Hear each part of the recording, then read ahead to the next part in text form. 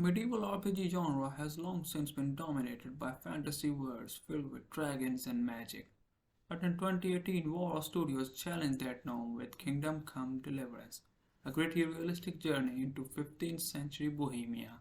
Now, with this sequel on the horizon, fans and critics alike are wondering, can Kingdom Come Deliverance II redefine what a medieval RPG can be? Let's break it down. A legacy of authenticity. The original Kingdom Come Deliverance was a breath of fresh air in the RPG space. Released in 2018, it stood out not for its magic spells or mythical creatures, but for its meticulous attention to historical accuracy. The game transported players to 1403 Bohemia, a land torn by war and political unrest, where you played as Henry, a blacksmith's son seeking revenge and purpose after the destruction of his village.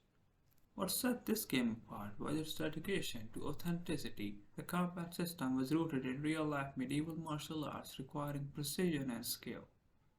Its narrative was deeply grounded in history, with castles, churches, and even clothing meticulously recreated based on historical records. This realism drew praise but also criticism. Its steep learning curve and attention to detail alienated some players who weren't ready for a slow burn experience.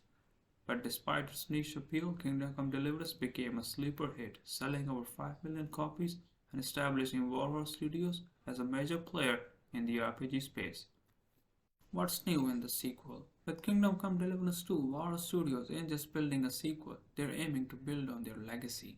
The game picks up where the first left off, with Henry continuing his journey towards knighthood during the turbulent Hussite War, but this time the stakes are higher. The world is bigger and the narrative promises even greater depth. From what we've seen so far, the sequel will feature stunning visual improvements thanks to a more advanced game engine. The environments are lush and detailed, with dynamic lighting and weather systems that make Bohemia feel even more alive. The narrative also promises to dive deeper into Henry's personal growth as well as the broader politics and religious turmoil of the era. The developers have hinted at multiple branching storylines where our decisions could have far-reaching consequences, not just for Henry, but for entire communities. Innovations in gameplay. Combat in Kingdom Come Deliverance 2 takes everything the first game did and cranks it up a notch. New weapons like crossbows and early firearms are being introduced, offering players more tactical options in battle.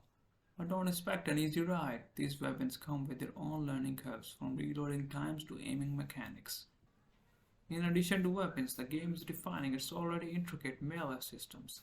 Players will need to master timing, positioning, and stamina management to succeed in combat. And yes, horseback combat is back, and more dynamic than ever, giving players a chance to feel like true knights charging into battle. Beyond combat, the gameplay innovations include improved stealth mechanics, more intuitive crafting systems, and dynamic quests that adapt to your playstyle. Whether you're negotiating with a lord or sneaking into an enemy camp, every decision feels impactful. A living, breathing world. One of the most exciting aspects of Kingdom Come Deliverance 2 is its world building. The game promises a living, breathing Bohemia, where NPCs follow realistic routines. Villages change based on player actions, and random events add unpredictability to your journey. For example, helping a struggling farmer could lead to a flourishing village, while ignoring a bandit threat could see that same village reduced to ashes. These dynamic systems make the world feel reactive and alive, ensuring that no two playthroughs are exactly the same. Even the environments play a role, hunting for food, navigating dense forests, and dealing with treacherous weather will keep players engaged in a world that feels as harsh as it is beautiful. Post-launch content and support. Warhorse Studios has also teased a robust post-launch plan. Beyond the base game, players can expect free updates that add quality of life improvements and gameplay tweaks. Paid expansions, on the other hand, will dive deeper into the lore of Bohemia. These expansions are set to explore untold stories and introduce new mechanics like advanced castle building and large-scale battles. Warhorse Studios is clearly committed to keeping players invested long after launch. So, what does this mean for the future of medieval RPGs? Games like Elder Scrolls and Mount & Blade have long dominated the genre, but Kingdom Come Deliverance II could shift that paradigm. By focusing on authenticity, grounded storytelling, and player-driven experiences, it's carving out its own niche.